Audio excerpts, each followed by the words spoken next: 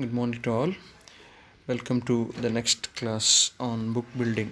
Actually, I had shared a book building related YouTube this thing. Anyways, we'll see what exactly book building is. And before that, so it's a related term. What is private placement and preferential issues? We'll see these two, and then we'll go to the book building. So coming to the topic private placement market. ಕೇಳಿರ್ಬೋದು ಈ word ನೀವು, private placement ಅಂತೇಳಿ. So private placement it refers to the direct sale of newly issued securities to a small number of investors through merchant bankers. ಅಂದರೆ usually IPO ಅಂತ ಹೇಳ್ತೀವಿ, initial public offering ಅಂತ, of the shares. ಅಂದರೆ first time shares issue ಮಾಡುವಾಗ it is open to the public. But ಇಲ್ಲಿ private placement ಅಂದರೆ it refers to the direct sale of newly issued securities to a small number of investors through merchant bankers. So ಅದೊಂಥರ selected ಇನ್ವೆಸ್ಟರ್ಸಿಗೆ ಮಾತ್ರ, ಎಲ್ರಿಗೆ it's not open for public. ಯಾರು ಈ selected investors ಅಂದರೆ, these investors are financial institutions ಆಗಿರ್ಬೋದು, corporates ಅಥವಾ ಬೇರೆ ಕಂಪನೀಸ್, ಬ್ಯಾಂಕ್ಸ್ ಇರ್ಬೋದು, high net worth individuals, those who are having very good net worth, ತುಂಬ ಶ್ರೀಮಂತರಿರ್ಬೋದು, ಅಂತಹ ಇಂಡಿವಿಜುವಲ್ಸ್ ಇರ್ಬೋದು. ಸೊ ಇಲ್ಲಿ ಬೆನಿಫಿಟ್ಸ್ ಏನಂದರೆ, IPOs ಅಂದರೆ ತುಂಬ ಟೈಮ್ ತಗೊಳ್ತದೆ, ಇದು ಬೇಗ ಆಗಿಬಿಡುತ್ತೆ. So less time and cost of issue. ಅಂದರೆ ಡೈರೆಕ್ಟಾಗಿ ವೆರಿ ಲಿಮಿಟೆಡ್ ಜನರಿಗೆ ಮಾತ್ರ ಇಶ್ಯೂ ಮಾಡಿರುವಂಥದ್ದು. So time is less and cost also it is very less. There is less procedures, greater flexibility. ಅವನಿಗೆ ಬೇಕಾದಾಗೆ ಹಣವನ್ನು ಇವರಿಂದ ಶೇರ್ಸ್ ಅವರಿಗೆ ಇಶ್ಯೂ ಮಾಡುವುದರ ಮುಖಾಂತರ ಹಣ ತಗೊಳ್ಬೋದು. And simplified procedures compare to IPOs ಅಂದರೆ ಗೊತ್ತಿರಲೇಬೇಕು ನಿಮಗೆ, ಇನಿಷಿಯಲ್ ಪಬ್ಲಿಕ್ ಆಫರಿಂಗ್ ಅಂದರೆ that is issuing of the shares for the first time to the public. So ಅದಕ್ಕೆ ಕಂಪೇರ್ ಮಾಡಿದರೆ ಇದು ಸಿಂಪ್ಲಿಫೈಡ್ ಪ್ರೊಸೀಜರ್ಸ್. ನೆಕ್ಸ್ಟ್ ಬಂದು preferential issue. What is preferential issue? It is ಹೆಸರೇ ಹೇಳುವ ಹಾಗೆ, it is an issue of shares or convertible securities by listed companies to a selected group of persons under Section 81 of the Companies Act 1956, which is neither a right issue nor a public issue. So ಈ preferential issue ಅನ್ನೋಂಥದ್ದು, that is issue of shares preferential issue of shares ಅಂದರೆ it is issue of shares or convertible securities by listed companies to a selected group of companies, selected group of persons under Section 81. So ಇಲ್ಲಿ ಒಂದು selected ಜನರಿಗೆ ಮಾತ್ರ ಕೊಡ್ತಾರೆ. ಅದನ್ನು ನಾವು right issue ಅಂತಲೂ ಹೇಳಲಿಕ್ಕೆ ಆಗೋದಿಲ್ಲ. ರೈಟ್ ಇಶ್ಯೂ ಅಂದರೆ ಆಲ್ರೆಡಿ ಶೇರ್ಸ್ ತಗೊಂಡವರಿಗೂ ಇಶ್ಯೂ ಮಾಡುವಂಥದ್ದು. ಸೊ ಇದು ರೈಟ್ ಇಶ್ಯೂ ಅಲ್ಲ, ಅದಕ್ಕಿಂತಲೂ different. And it is not a public issue also.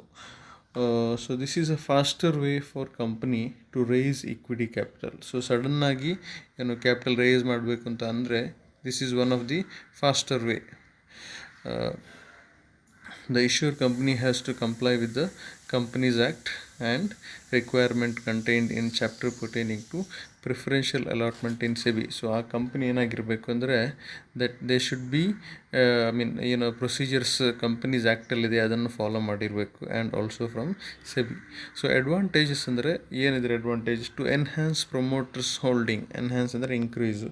So ಇಲ್ಲಿ ಪ್ರೊಮೋಟರ್ಸ್ ಇದ್ದು ಹೋಲ್ಡಿಂಗ್ ಅಥವಾ ಅವ್ರ ಕ್ಯಾಪಿಟಲನ್ನು ಇನ್ಕ್ರೀಸ್ ಮಾಡಲಿಕ್ಕೆ ಈಸಿ ಆಗ್ತದೆ. To issue shares by way of employee stock option plans, ISOP ಅಂತ ನೀವು ಕೇಳಿರ್ಬೋದು, ಎಂಪ್ಲಾಯಿ ಸ್ಟಾಕ್ ಆಪ್ಷನ್ ಪ್ಲ್ಯಾನ್ಸ್ ಅಂತ. ಅದರ ಮೂಲಕ ಹಣವನ್ನು ರೇಸ್ ಮಾಡ್ಬೋದು. For fresh issue of shareholders other then promoters and for take over of company by management groups. So ಇದು ಒಂಥರ fresh issue of to shareholders other then promoters. ಅಂದರೆ ಯಾರಾದರೂ owners ಇದ್ದಾರೆ ಅವರನ್ನು ಹೊರತುಪಡಿಸಿ ಉಳಿದೆಲ್ಲರಿಗೂ ಕೂಡ ಇದು ಫ್ರೆಶ್ ಇಶ್ಯೂ ಆಗಿರ್ತದೆ. So this is another thing, preferential issue. Then one more thing is, this is one set of buyers actually, qualified institutional placement, QIP ಅಂತ ಹೇಳ್ತೇವೆ, ಅಥವಾ QIB ಅಂದರೆ ಕ್ವಾಲಿಫೈಡ್ ಇನ್ಸ್ಟಿಟ್ಯೂಷನಲ್ ಬೈಯರ್ಸ್ ಅಂತ ಹೇಳ್ತೇವೆ. ಇದು what is qualified institutional placement? It is a capital raising tool primarily used in India, whereby a listed company can issue equity shares fully and partly convertible debentures or any securities other than warrants which are convertible to equity shares to a qualified institutional buyers. So ಇಲ್ಲಿ ಇದೇನು ಒಂದು another capital rising tool. ಸಡನ್ನಾಗಿ ಅವರಿಗೆ capital ಜಾಸ್ತಿ ಬೇಕು ಅಂತ ಹೇಳಿದಾಗ ಈ ಒಂದು ಟೂಲನ್ನು ಕೂಡ ಯೂಸ್ ಮಾಡ್ಬೋದು. Whereby a listed company can raise equity shares, fully or partly convertible debentures or any other securities, but that has to be convertible to equity shares. So ಯಾರಿಗೆ ಕೊಡ್ಬೋದು? Qualified institutional buyers. ಸೊ ಅವ್ರು ಯಾರು ಅಂತೇಳಿ next ಸ್ಲೈಡಲ್ಲಿ ನೋಡೋಣ ನಾವು, who is qualified institutional buyers. But ಹೆಸರೇ ಹೇಳುವಾಗೆ it is not an individual, it is institutions. Okay, so apart from preferential allotment there is the only other speedy method of private placement whereby listed company can issue shares or convertible securities to a selected group of persons. So preferential allotment ಅಲ್ಲದೆ ಇದು ಕೂಡ ಒಂದು ಬಹಳಷ್ಟು ಬೇಗ ಒಂದು fund collect ಮಾಡುವಂತಹ ಒಂದು method ಆಗಿರ್ತದೆ for companies. So QIP scores over other methods because the issuing firm does not have to undergo elaborated procedural requirements to raise this capital. ಇಲ್ಲಿ ಬಹಳಷ್ಟು ಕಡಿಮೆ ಪ್ರೊಸೀಜರ್ಸ್ ಇರ್ತದೆ, ಅದಕ್ಕಾಗಿ ಇದು ಒಂಥರ ಅಡ್ವಾಂಟೇಜಸ್ ಇಶ್ಯೂ ಮಾಡುವಂಥ ಕಂಪ್ನಿಗಳಿಗೆ. ಅಂದರೆ QIP scores over other methods ಅಂದರೆ it is better than other methods because issuing firm ಅಂದರೆ ಯಾವ ಕಂಪ್ನಿ ಇದನ್ನು ಇಶ್ಯೂ ಮಾಡ್ತಾ ಇದೆಯೋ does not have to undergo elaborate procedural requirement, ತುಂಬ ಪ್ರೊಸೀಜರ್ಸ್ಗಳಿಲ್ಲ. ಸೊ ಅದ ಕಾರಣ ಅದು ಸ್ವಲ್ಪ ಈಸಿ ಆಗುತ್ತೆ. So why was it introduced? So ಇದನ್ನು ಒಂದು ಇಂತಹ ಒಂದು ಇಶ್ಯೂಗೆ ಅಲೌ ಮಾಡಲಿಕ್ಕೆ ರೀಸನ್ ಏನು? ಸೆಬಿ ಕೂಡ. So the SEBI introduce the QIP process to prevent listed companies in India from developing an excessive dependence on foreign capital. ಇದು ಯಾಕೆ ಜಾರಿಗೆ ತಂದರು ಅಂದರೆ, ಸೆಬಿ ಏನನ್ನಿಸ್ತಂದರೆ ಇವಾಗಲೇ ವರ್ಕ್ ಮಾಡ್ತಿರೋ ಕಂಪನೀಸ್ಗಳು ಅವರಿಗೆ ಜಾಸ್ತಿ ಫಂಡ್ಸ್ ಬೇಕಾದಾಗ ಅವ್ರು ಫಾರಿನ್ ಫಂಡನ್ನೇ ಡಿಪೆಂಡ್ ಆಗೋದನ್ನು ತಪ್ಪಿಸ್ಲಿಕ್ಕೋಸ್ಕರ ಇಂಥ ಒಂದು ಆಪ್ಷನ್ ಕೊಟ್ಟಿದ್ದಾರೆ. ಅಲ್ಲಿ ಪುನಃ ಅವರು ಕ್ವಾಲಿಫೈಡ್ ಇನ್ಸ್ಟಿಟ್ಯೂಷನಲ್ ಬೈಯರ್ಸಿಗೆ ಶೇರ್ಸನ್ನು ಇಶ್ಯೂ ಮಾಡೋ ಮುಖಾಂತರ ಜಾಸ್ತಿ ಹಣವನ್ನು ಇಲ್ಲಿಂದಲೇ ತಗೊಳ್ಬೋದು. They need not depend on foreign funds. So who can participate in the issue?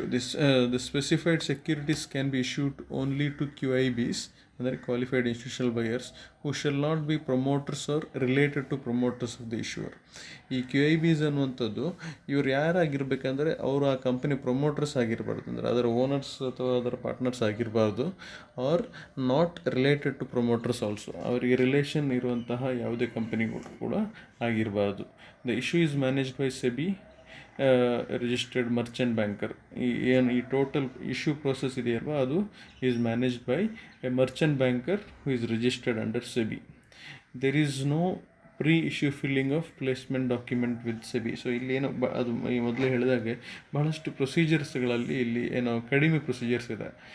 The placement document is placed on the websites of the stock exchanges and the issuer with appropriate disclaimer to the effect that placement is meant only for QIBs on private placement basis and it is not on offer to the public. So ಬಹಳಷ್ಟು ಕ್ಲಿಯರಾಗಿ ಹೇಳಿದ್ದಾರೆ ಏನಂದರೆ ಇದು open for public ಅಲ್ಲ, and whatever document it is required that will be on the websites of stock exchanges and the issuer, ಯಾರು issue ಮಾಡ್ತಾರೋ.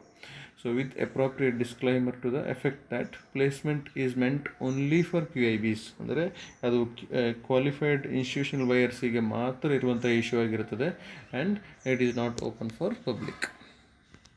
Next will come to the topic book building. Last ಕ್ಲಾಸಲ್ಲಿ ಇದು ಮಾಡಿದ್ವಿ, link share ಮಾಡಿದ್ದೆ. So book building ಅಂದರೆ ಇವಾಗ ನಾನು ಇವಾಗಲೇ ಹೇಳಿದಾಗ IPOs ಮಾಡುವಾಗ ಒಂದು company first time shares issue ಮಾಡಬೇಕಾದ್ರೆ ಅವರಿಗಿರೋ ದೊಡ್ಡ ಚಾಲೆಂಜ್ ಅಂದರೆ ಎಷ್ಟು ಅಮೌಂಟಿಗೆ ನಾವು ಆ ಶೇರ್ಸನ್ನು ಫಸ್ಟ್ ಟೈಮ್ ಸೇಲ್ ಮಾಡುವಾಗ, ಮತ್ತೇನು ಮಾರ್ಕೆಟಲ್ಲಿ ರೇಟ್ ಡಿಸೈಡ್ ಆಗುತ್ತೆ ಅಲ್ವಾ, ಡಿಮಾಂಡ್ ಆ್ಯಂಡ್ ಸಪ್ಲೈ ಮೇಲೆ ಇದಾಗತ್ತೆ, ರೇಟ್ ಡಿಪೆಂಡ್ ಆಗುತ್ತೆ. ಆದರೆ ಫಸ್ಟ್ ಟೈಮ್ ಇಶ್ಯೂ ಮಾಡಬೇಕಾದ್ರೆ ಯಾವ ರೇಟಿಗೆ ಇಶ್ಯೂ ಮಾಡಬೇಕು ಎನ್ನುವಂಥದ್ದು ದೊಡ್ಡ ಒಂದು ಸವಾಲಾಗಿರ್ತದೆ. ಸೊ ಈ ಒಂದು ಪ್ರೋಸೆಸ್ಸನ್ನು ಈ ಒಂದು ಸಮಸ್ಯೆಯನ್ನು ಹೋಗಲಾಡಿಸಲಿಕ್ಕೆ ಬುಕ್ ಬಿಲ್ಡಿಂಗ್ ಎನ್ನುವಂಥ ಒಂದು ಸೊಲ್ಯೂಷನ್ ಸೊ ಏನು ಮಾಡ್ಬೋದು, ಫಸ್ಟ್ ಟೈಮ್ ಇಶ್ಯೂ ಮಾಡಬೇಕಾದ್ರೆ ಯು ಹ್ಯಾವ್ ಟೂ ಆಪ್ಷನ್ಸ್. ಒಂದು ಫಿಕ್ಸ್ಡ್ ಪ್ರೈಸ್ ಇಟ್ಕೊಂಡು ಇಶ್ಯೂ ಮಾಡೋದು. ನಾನೀಗ ಫಸ್ಟ್ ಟೈಮ್ ಒಂದು XYZ ಕಂಪ್ನಿ ಲಿಮಿಟೆಡ್ ಅಂತ ಹೇಳಿ ಒಂದು IPO ಇದು ಮಾಡ್ತೀನಿ. First time initial public offering ಮಾಡ್ತೀನಿ. ನನ್ನ ಶೇರಿದು ಪ್ರೈಸ್ ನಾನು ಫಿಕ್ಸ್ಡ್ ಪ್ರೈಸ್ ಮಾಡೋದಾದರೆ ನಾನು ಹೇಳ್ತೀನಿ ₹75 ಒಂದು ಶೇರಿಗೆ, ಇದು ಫಿಕ್ಸ್ಡ್ ಪ್ರೈಸ್. ಇಷ್ಟು ಕೊಟ್ಟು ಯಾರು ತಗೊಳ್ತಾರೋ ಅವರಿಗೆ ದೇ ಕ್ಯಾನ್ ಅಪ್ಲಿಕೇಶನ್ ಮನಿ ಇದು ಮಾಡ್ಬೋದು ಅವರು ಅಂತ ಹೇಳ್ತೇನೆ. ಒಂದು ಆಪ್ಷನ್. ಇನ್ನೊಂದು ಆಪ್ಷನ್ ಅಂದರೆ ದಟ್ ಈಸ್ ಬುಕ್ ಬಿಲ್ಡಿಂಗ್. ಅಂದರೆ ನಾನು ನನ್ನ ಇನಿಷಿಯಲ್ ರೇಟನ್ನು ನಾನು ಫಿಕ್ಸ್ ಮಾಡೋದಿಲ್ಲ.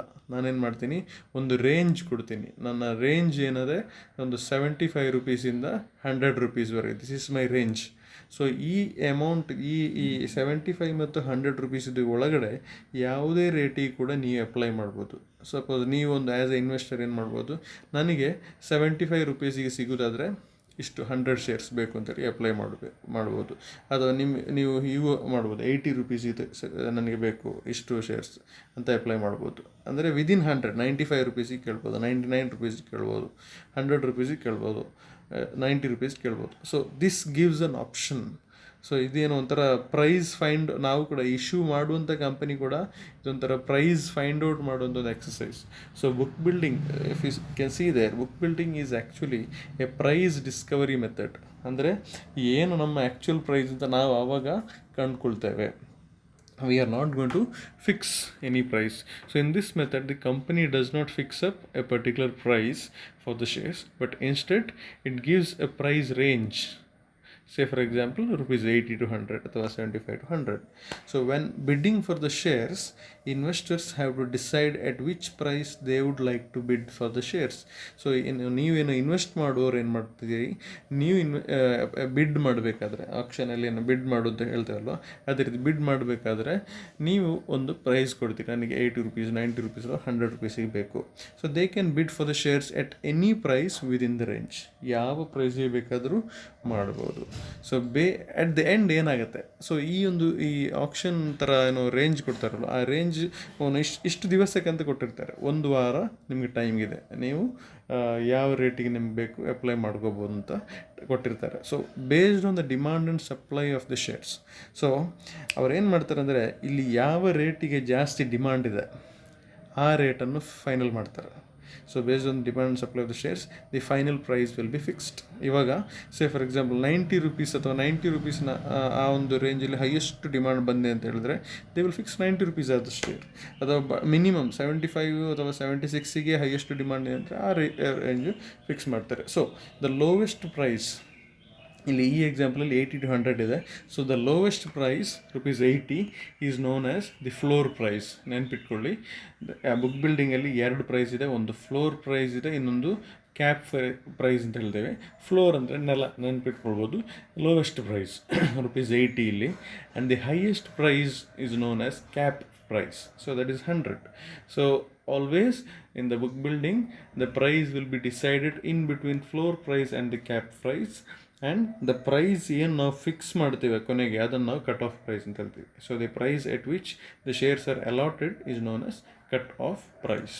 So the entire process begins with selection of the lead manager, an investment banker whose job is to bring the issue to the public. So ಈ ಒಂದು ಪ್ರೋಸೆಸ್ಸನ್ನು complete ಮಾಡಲಿಕ್ಕೋಸ್ಕರ ಈ issue ಮಾಡುವಂಥ company ಏನು ಮಾಡ್ತದೆ, they will select actually a merchant banker and the lead manager, an investment banker whose job is to bring the issue to the public. ಅವ್ರು ಏನು ಮಾಡ್ತಾರೆ ಅಂದರೆ, ಸ್ಮೂತಾಗಿ ದಿ ಇಶ್ಯೂ ಆಫ್ ಶೇರ್ಸ್ ಏನಾಗಬೇಕು ಅಂತ ಹೇಳಿದರೆ ಪಬ್ಲಿಕ್ಗೆ ಸಿಗಬೇಕು ಅಂತ ಅವರು they will see that.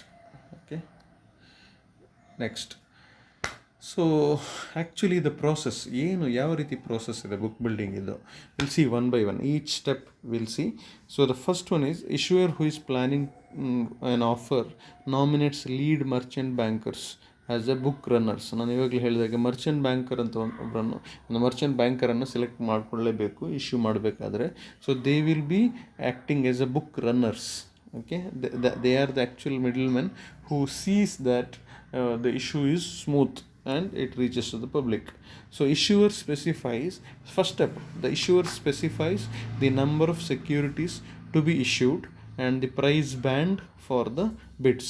So ಈ ಇಶ್ಯೂ ಮಾಡುವಂಥ ಕಂಪನಿ ಏನು ಮಾಡುತ್ತಂದರೆ, say for example XYZ company, ಅವರ ಫಸ್ಟ್ ಕೆಲಸ ಏನಂದರೆ ಅವರು ಒಂದು ನಂಬರ್ ಆಫ್ ಶೇರ್ಸ್ ಎಷ್ಟು ಇಶ್ಯೂ ಮಾಡ್ತಾರೆ ಅನ್ನೋ ನಂಬರ್ಸ್ ಅವ್ರು ಕೊಡಬೇಕು. ಇವಾಗ XYZ ಕಂಪ್ನಿ ಹೇಳುತ್ತೆ, ನಾನು ಒಂದು ಸೇ ಫಾರ್ ಎಕ್ಸಾಂಪಲ್ 1 lakh ಶೇರ್ಸನ್ನು ಇಶ್ಯೂ ಮಾಡ್ತೇನೆ ಫಸ್ಟಿಗೆ. ಆ್ಯಂಡ್ ದಿ ಪ್ರೈಸ್ ಬ್ಯಾಂಡ್ ಅಂದರೆ ಆ ರೇಂಜ್ ಹೇಳಿದಲ್ವ 80 to 100, ಅದನ್ನು ಅವರು ಫಿಕ್ಸ್ ಮಾಡಬೇಕು, ಯಾರು ಇಶ್ಯೂ ಮಾಡುವಂಥ company.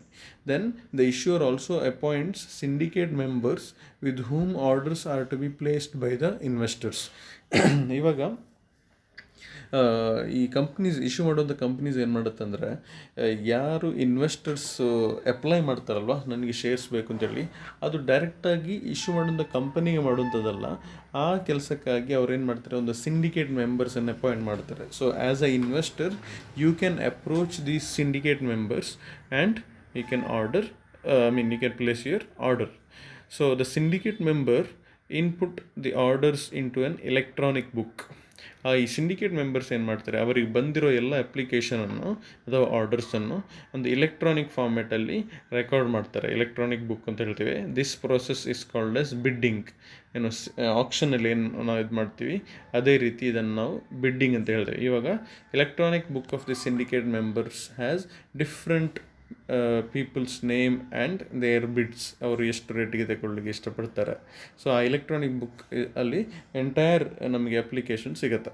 So the book normally remains open for period of 5 days.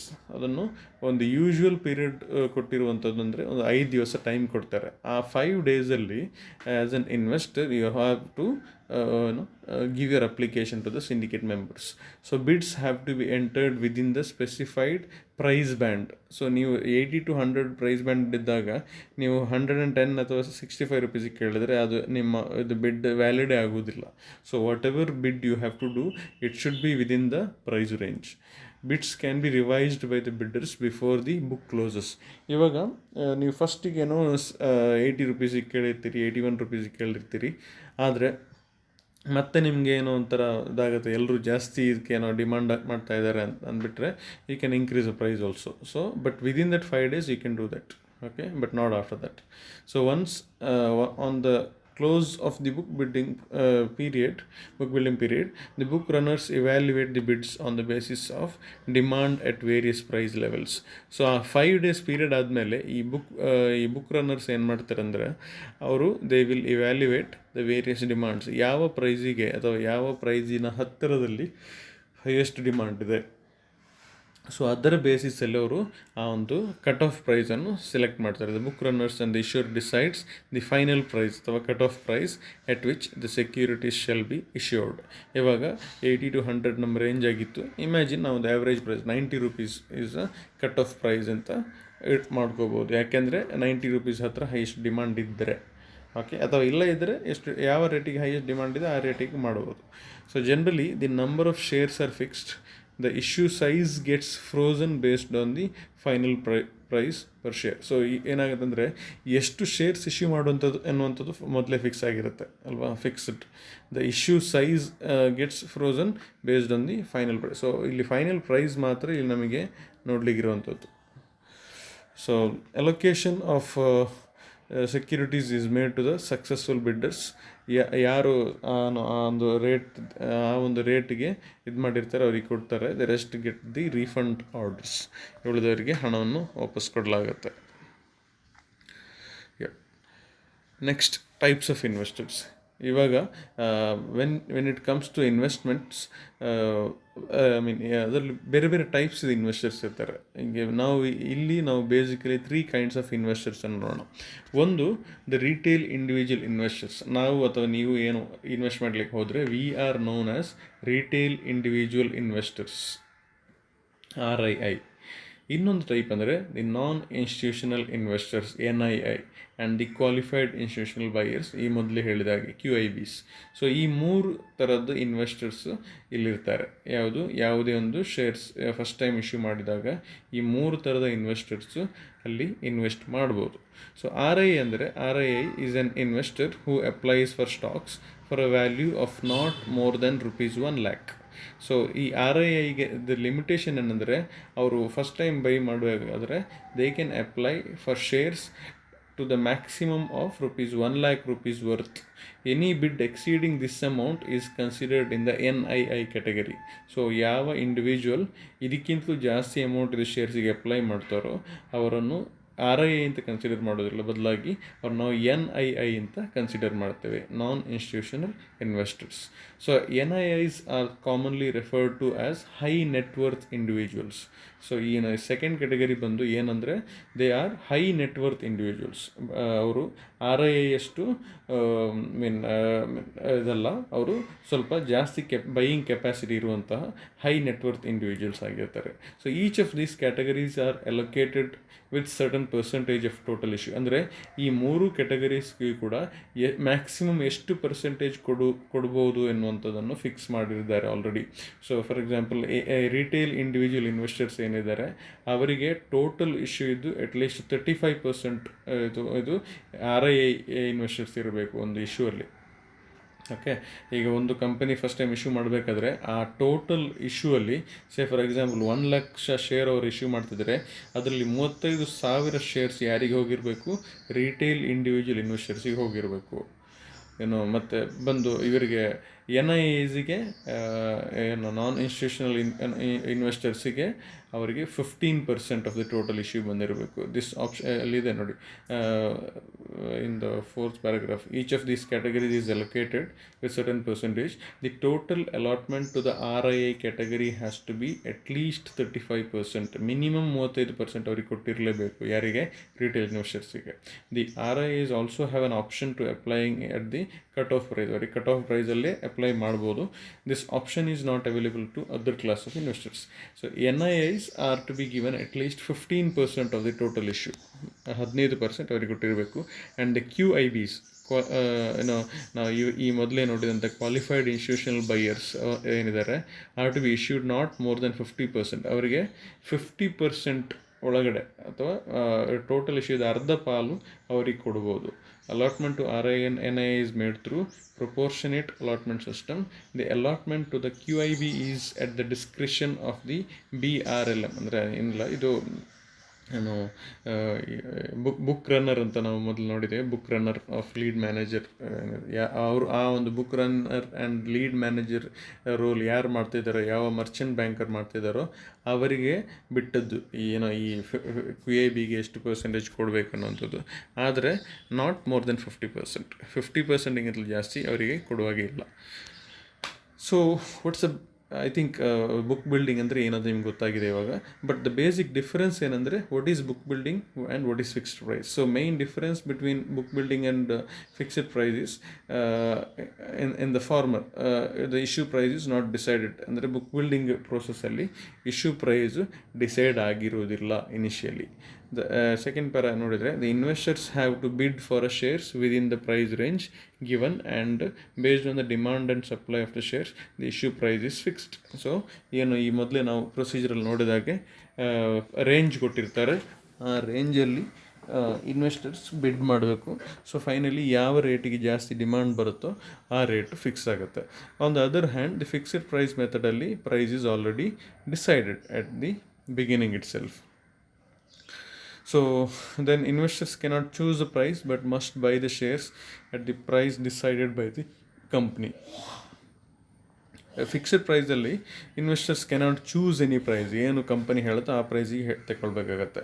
But in book building method the demand is known every day during the offer period. But in fixed method the demand is not known only once the issue closes. So ಈ book building ಇದರಲ್ಲಿ ಏನಾಗುತ್ತೆ ಅಂದರೆ ಆ 5 days ಏನು ಬಿಡ್ period ಇರುತ್ತಲ್ವ ಆವಾಗ ನಮ್ಗೆ ಗೊತ್ತಾಗುತ್ತೆ ಏನು ಡಿಮಾಂಡ್ ಇದೆ ಶೇರ್ಸಿಗೆ ಅಂತೇಳಿ. ಬಟ್ ಫಿಕ್ಸ್ಡ್ ಪ್ರೈಸಲ್ಲಿ ಅದು ಒಂದೇ ದಿವಸ ಗೊತ್ತಾಗೋದು when the deal issue of the shares closes, ಅವತ್ತು ಮಾತ್ರ ನಮಗೆ ಗೊತ್ತಾಗುತ್ತೆ. ಸೊ ಇಲ್ಲಿ QIBs ಅಂದರೆ ಇಲ್ಲಿ ಸಮ್ ಎಕ್ಸಾಂಪಲ್ಸ್ ಕೊಟ್ಟಿದ್ದೀನಿ. ಯಾರ್ಯಾರು QIBs ಆಗಿರ್ತಾರೆ? Qualified institutional buyers are those institutional investors who are generally perceived to possess expertise and financial muscle to evaluate and invest in the capital market. ಅವ್ರೇನು ಒಂಥರ we can call them as experts in finance ಅಥವಾ ಏನೋ and buying capacity, financial muscle ಕೂಡ ಇರುತ್ತೆ. And evaluate and invest in the capital market, they know where to invest. So ಯಾರು qualified institutional buyers? So it can B public financial institutions as defined by section 4A of the companies act.